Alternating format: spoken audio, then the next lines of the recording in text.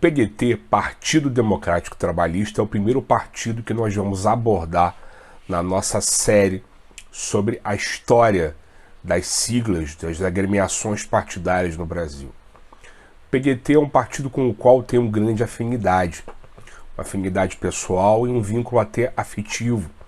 Eu fui filiado ao partido durante 12 anos, fui militante desde a minha adolescência, com 16 anos, e fiquei lá de 2004 até o ano de 2016. Fui presidente de juventude, fui secretário de formação política, fui membro de executiva, estive vinculado à Fundação Leonel Brizola Alberto Pasqualini, dirigi revista de estudos. Então a minha vinculação com o PDT foi muito forte durante muitos anos, embora não seja mais um militante, não seja mais filiado. Eu tenho ali uma grande afinidade, sou, quando possível, eleitor do partido, então eu conheço um pouco da história do PDT. Eu gostaria de dividir com vocês um pouco daquilo que o conhecimento que eu adquiri ao longo de 12 anos de convivência dentro de uma das principais siglas do Brasil após a redemocratização, e o partido que foi até meados da década de 90 a principal força eleitoral na esquerda brasileira. O PDT é hoje o único partido que reivindica o legado político de Getúlio Vargas, o trabalhismo, uma corrente política que surgiu com força a partir de 1945.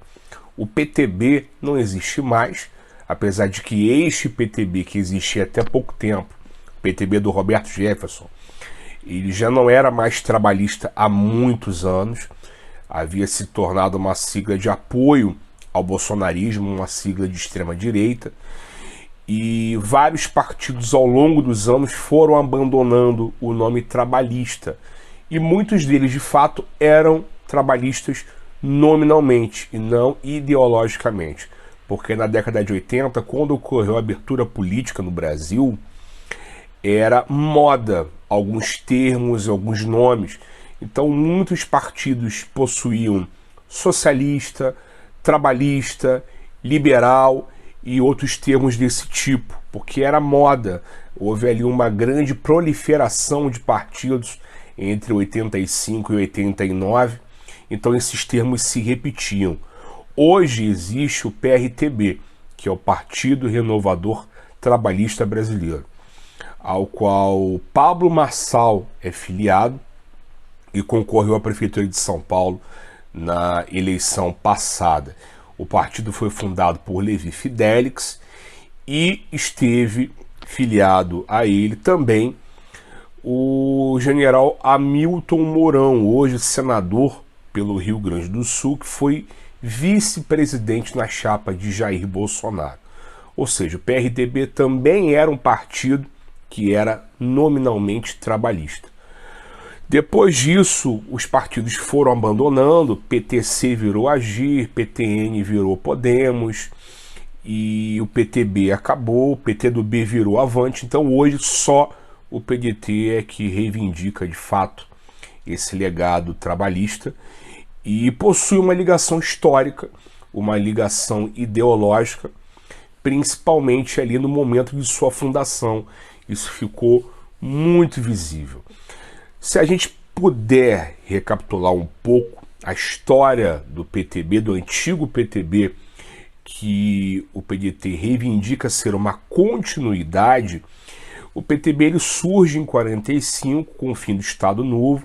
Foi uma das duas siglas que se organizaram ao redor de Getúlio Vargas, e o próprio Getúlio concorreu pelo PTB à presidência da República em 1950, e depois houve seu falecimento, seu suicídio. Em 55, o PTB esteve na vice-presidência da República com o João Goulart, vice de Juscelino, e depois em 60, João Goulart foi reeleito e o presidente era o Jânio Quadros. Lembrando que votava-se diferentemente para esses cargos. Então, o presidente da República era de um partido, poderia ser de um partido, e o vice-presidente poderia ser de outro. Melhor explicando, melhor dizendo, né?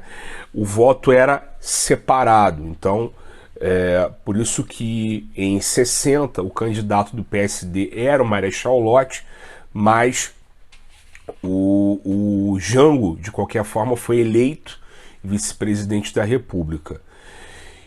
Em 61, Jânio Quadros renunciou à presidência da República e o presidente João Goulart estava fora do Brasil, estava em viagem oficial à China. Houve uma tentativa de golpe de Estado naquele momento. Os ministros militares queriam impedir a posse de João Goulart na presidência. Houve uma resistência civil armada, liderada por Leonel Brizola, que era governador do Rio Grande do Sul, liderança trabalhista e também cunhado de João Goulart, casado com uma irmã sua, a dona Neuza Goulart. E esse impasse ele foi resolvido com a solução parlamentarista. O Brasil tinha um regime presidencialista, houve ali a mudança desse regime para o parlamentarismo durante pouco mais de um ano e meio mais ou menos, até que o presidencialismo foi restaurado em 63. Em 64 houve o golpe, em 1º de abril, ratificado pelo Congresso Nacional, dado pelos militares, mas ratificado politicamente. O presidente do Senado, Auro Moura Andrade, ele declarou vaga a presidência da República, mesmo com o presidente presente em solo nacional, estando ainda no Brasil, não tinha partido para fora, partido para o exílio. Esse gesto aconteceu depois que a presidência foi declarada vaga. E então o governo de João Goulart acaba naquele momento. O PTB foi o principal alvo dos militares. Muitos dos principais políticos filiados à sigla foram caçados ou perderam seus direitos políticos. Muitos partiram para o exílio e alguns, inclusive, morreram. O caso mais célebre, nós vimos recentemente, foi o do deputado Rubens Paiva, que o corpo dele está desaparecido, os restos mortais estão desaparecidos até hoje. João Goulart, Leonel Brizola, Darcy Ribeiro, para falar dos principais, dos mais notórios, foram para o exílio no exterior.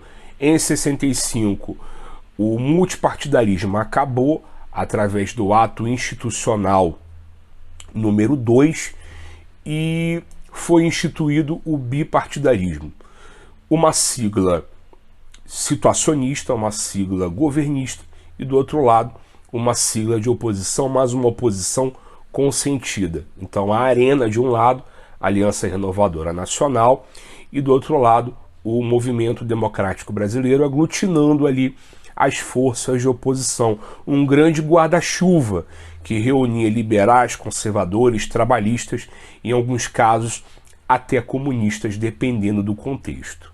Depois disso, o Congresso Nacional foi fechado durante muito tempo.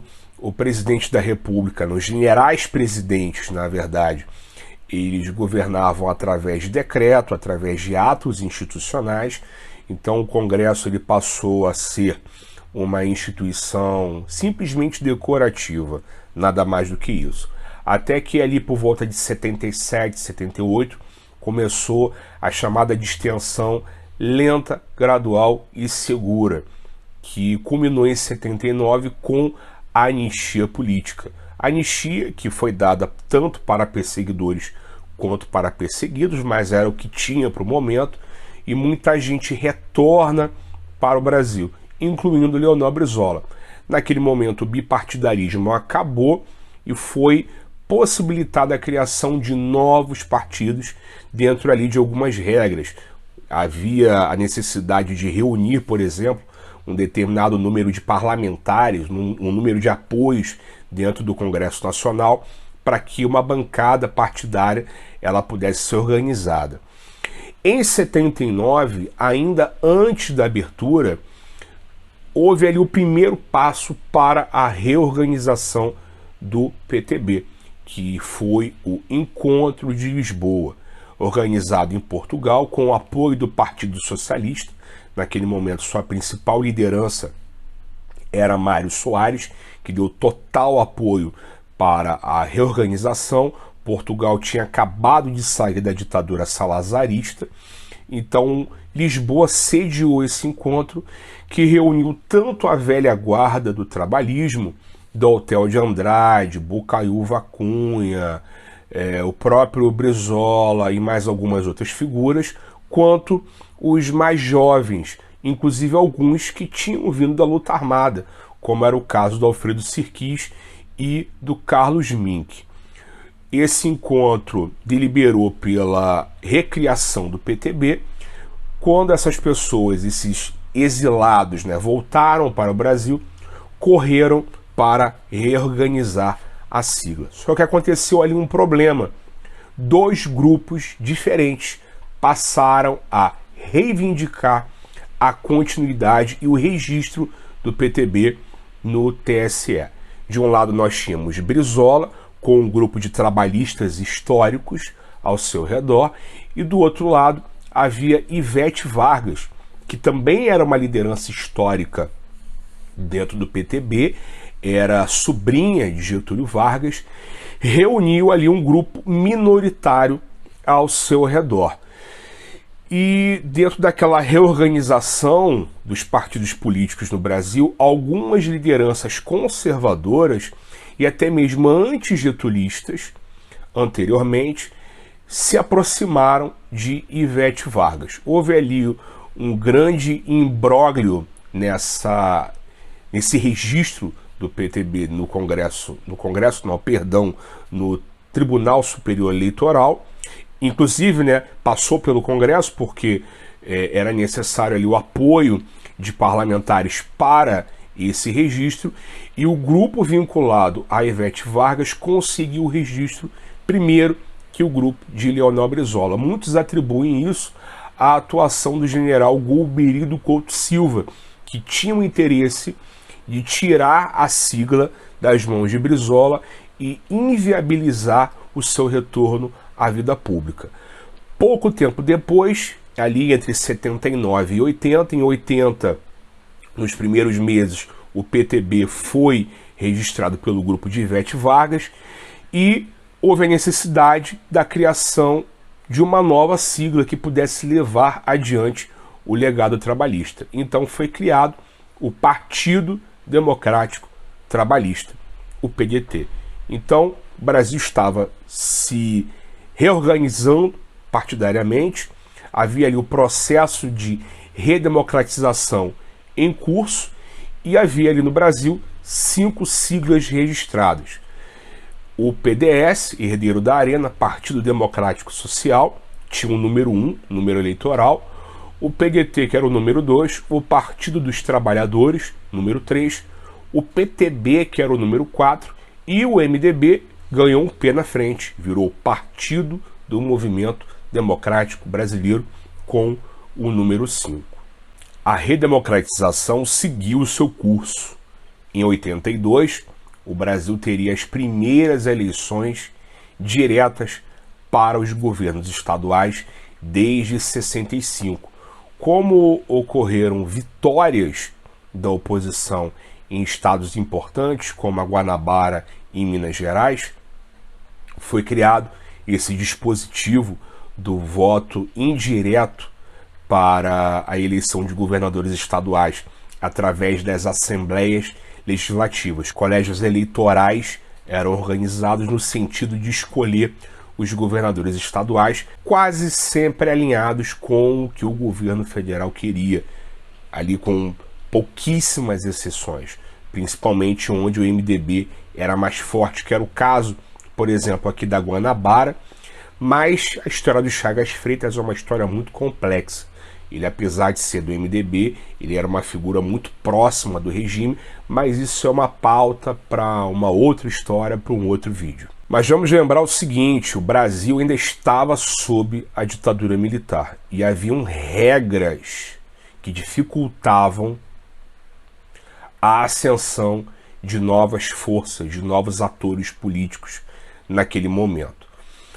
Um desses dispositivos que dificultavam esse processo era Ali Falcão. Ali Falcão surgiu ali em 78, porque em 74 o MDB teve uma grande vitória nas urnas, fez uma grande bancada, ainda insuficiente para eleger de forma indireta o presidente da República, mas suficiente para barrar algumas pautas no Congresso Nacional, mesmo ali que isso fosse, de certa forma, decorativo, mas isso incomodou bastante, era um sintoma de que a opinião pública não estava favorável ao governo, então foi lançado o Pacote de Abril. O Pacote de Abril, dentre os seus dispositivos, estava Ali Falcão, que limitava a propaganda eleitoral.